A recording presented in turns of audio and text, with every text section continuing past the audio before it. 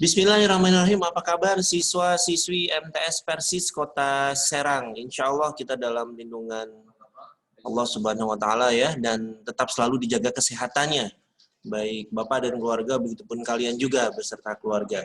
Baiklah, untuk kalian ya, sekarang kita akan membahas mengenai present continuous tense.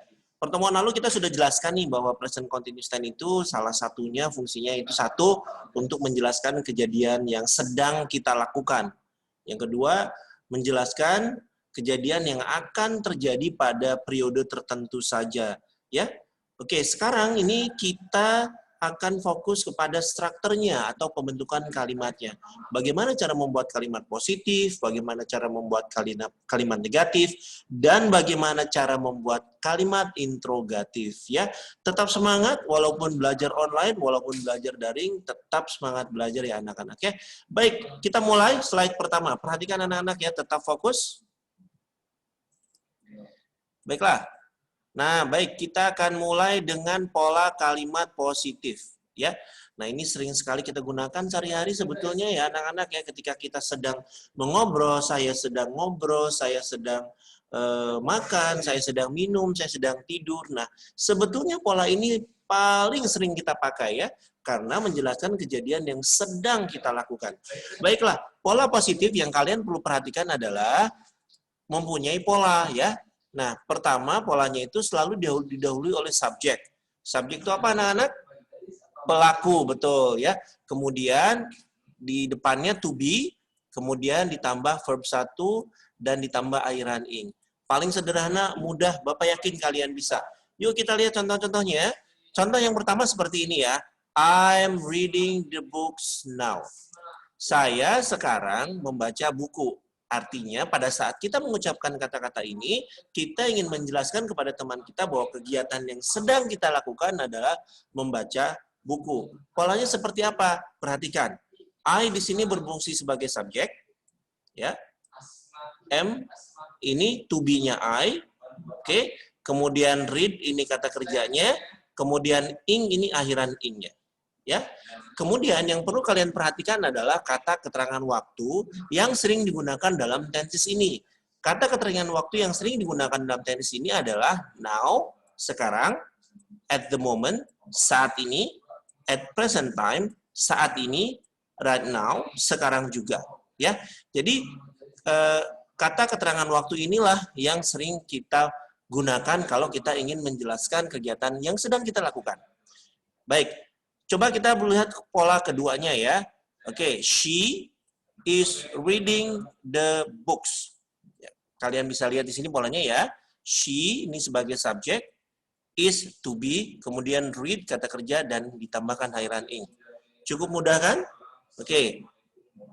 He sebagai is, subjek, is sebagai to be, read sebagai verb 1 dan ing dengan akhiran ing. Begitu juga selanjutnya nih anak-anak. Ya, they are reading. We are reading. You are reading. Ya, dia sedang membaca. Mereka sedang membaca. Kita sedang membaca. Kamu sedang membaca. Coba kalian perhatikan to be setelah subjek. To be ini berubah-ubah ya. Ada yang memakai is, ada yang memakai are. Terus ketentuannya bagaimana? Nah, Bapak ingetin lagi ya. Untuk to be masing-masing subjek. Bapak akan tuliskan kalau misalkan ada yang belum tahu atau lupa, bisa ditulis di buku catatan kalian ya. Oke, silakan. Nah, ini to be ya, to be. To be itu bisa kita istilahkan atau ada yang menyebutnya sebagai linking verb ya, atau kata kerja bantu ya. Oke, to be ini berubah-ubah sesuai dengan pelakunya ya. Kalau misalkan I ya, to be-nya ada yang tahu anak-anak? Ya, am, betul. Nah, kemudian kalau subjeknya she,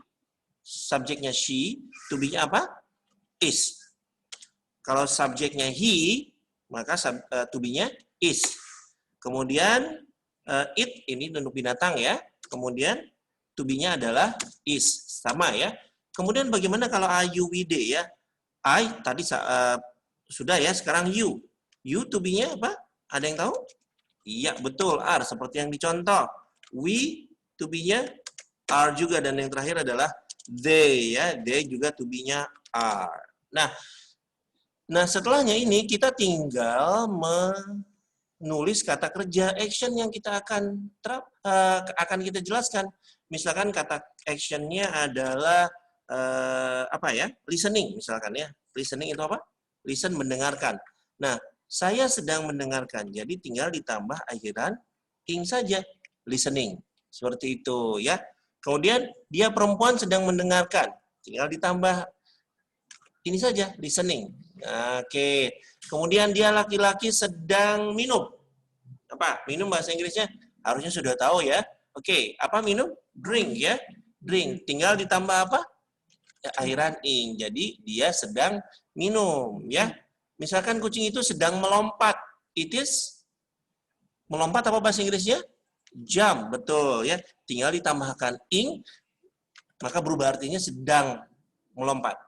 Demikian juga dengan you are, misalkan mengendarai ya atau menyupir, drive.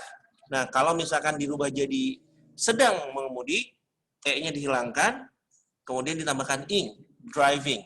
Ya, we are apa? Misalkan menyanyi bahasa Inggris apa? Sing. Kalau sedang menyanyi berarti ditambahkan ing, singing. Oke, belajar. Kalau sedang belajar tambahkan ing, studying. Mudah ya? Kuncinya di sini adalah penerapan to be ya. Penerapan to be ini harus sesuai dengan subjeknya ya anak-anak ya. Harus sesuai dengan subjeknya. Jadi sudah ada ketentuannya seperti itu. Oke anak-anak? Sampai sini paham ya? Ya insya Allah paham ya. Oke, kita lanjutkan ke slide berikutnya. Nah, bagaimana ya kalau kita membentuk pola negatifnya ya? Caranya sangat mudah sekali ya. Pola yang tadi positif tadi ya, tinggal ditambahkan tambahan not di depan to be-nya. Coba kalian perhatikan polanya. I am not sleeping.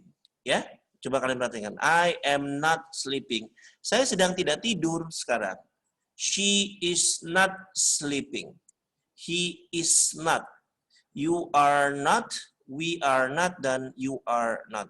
Ya, jadi mudah sekali. Tinggal ditambahkan akhiran not ya setelah to be-nya seperti itu ya.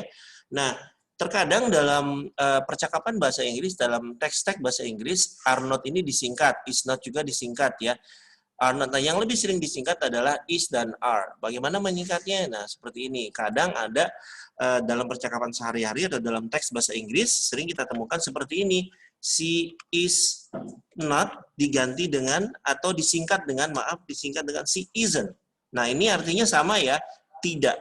Oke. Kemudian he juga seperti itu. Kadang he is not, di akhiran isn't gitu, seperti itu ya.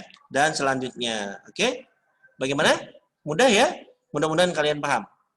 Oke, anak-anak, kita lanjut ya ke slide berikutnya. Oke. Nah,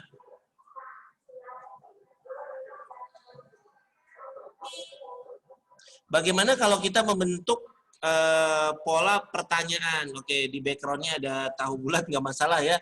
Ya, memang sedang serba darurat lah. Tapi jangan sampai lepas konsentrasi kalian ya, tetap fokus, oke? Ya, anggap aja background tahu bulat ya seperti itulah, seperti di rumah kalian ya. Oke, nah pola pertanyaan ini bagaimana? Mudah juga anak-anak ya. Coba fokus saja. To be yang tadi dikedepankan nih. Are you watching the show? Apakah kamu sedang menonton pertunjukan itu? Ya. Nah, tipe pola pertanyaan ini yang membutuhkan jawaban yes or no saja. Artinya ya atau tidak. Hanya membutuhkan itu ya. Oke. Are you watching the show? Jawabannya yes, I am. Iya, saya sedang menonton. Atau no, I'm not. Saya tidak menonton. Jadi kalau untuk menjawab cukup yes, I am dan no, I'm not tanpa menjelaskan atau tanpa menceritakan kembali, tanpa menyebutkan kembali kalimat lengkapnya. Ya, coba kalian perhatikan sekarang polanya, fokus di pola ya. Oke, to be-nya ini di depan, kalian lihat. Tuh, to be-nya di depan kan? Ya. To be-nya di depan, maaf ini Bapak pindahkan dulu, to be-nya di depan. Kemudian itu subjeknya. Are you watching the show? Are we watching the show? Are they watching the show? Is he watching the show atau is she watching the show? Jadi to be-nya itu di depan. Mudah sekali anak-anaknya, tinggal dibolak-balik saja sebenarnya. Ya, oke, sekarang kita coba bikin resumenya. Bikin resumenya, kesimpulannya ya.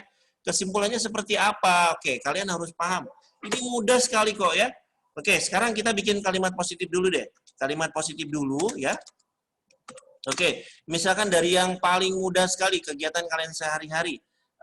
Misalkan I am, I am, Bapak samakan nama yang kalimat pertama ya. I'm reading the magazine. Oke. Apa artinya, ada yang tahu? Saya sedang membaca majalah sekarang ya. I'm reading the magazine at the moment atau now. Nah, coba kalian bikin kalimat negatifnya. Ikuti Bapak, bikin kalimat negatifnya sekarang. Bagaimana caranya? Iya, betul. Nah, mudah sekali ya. I, tulis lagi, am, kemudian tinggal ditambahkan not. Oke? Dan kalimat berikutnya sama. Oh ya? Mudah kan? Tinggal ditambahkan not saja. Kemudian bagaimana kalau negatif ya? Interrogatif. Kalimat bertanya yang membutuhkan jawaban ya atau tidak saja. Mudah, seperti yang tadi ya, to be-nya kedepankan. Nah, logikanya kalau misalkan I berarti diganti ketika menjadi kalimat tanya diganti menjadi you ya. Oke. To be-nya you apa? Betul, are. Are you? Nah, kalimat sisanya sama. Seperti itu. Ya. Mudah sekali bukan? Mudah, oke. Bapak bikin contoh lainnya dari kalimat she, misalkan. She, oke. She is, misalkan ya. Apa ya? She is singing a song. Dia perempuan sedang menyanyikan sebuah lagu. Dibikin kalimat negatifnya seperti apa? She, sama seperti yang di atas polanya ya. She is, tinggal ditambahkan not di belakang to be. Kemudian kalimat berikutnya sama. Bagaimana kalau kalimat interrogatif? Mudah. To be-nya didepankan. Is, she. Oke. Kalimat berikutnya sama. Seperti itu ya. Mudah kan anak-anak? Mudah sekali ya. Oke. Catatan selanjutnya adalah bagaimana kalau subjeknya ini bukan I, you, we, they, she, he, it nih. Bagaimana kalau subjeknya itu kata ganti orang, misalkan my mother, my father, atau the student. Nah, gampang ya. My father itu kita samakan dengan to be-nya sama dengan he, ya. My mother, ya. My mother itu kita samakan dengan she, to be-nya, ya. Oleh karena itu to be-nya sama. Apa? To be-nya is, ya. To be-nya is, seperti itu. Nah, kalau misalkan subjek itu banyak, misalkan my friends, ya, my friends, teman-teman saya, maka to be-nya disamakan dengan they, ya, yaitu are. Jadi mudah sekali. Kalau my father, misalkan my father is reading, seperti itu, mudah. My father is reading. Seperti itu. Tapi kalau tapi kalau misalkan anak-anak sedang belajar, the students. Nah, ini kalimat subjek tapi jamak ya, ditandai dengan s di belakangnya. Jadi bagaimana anak-anak? To be-nya apa? Oke, ya seperti yang Bapak jelaskan di sini.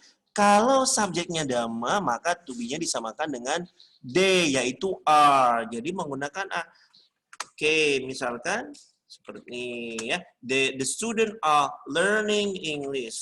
Seperti itu. Now, misalkan. Nah, seperti itu.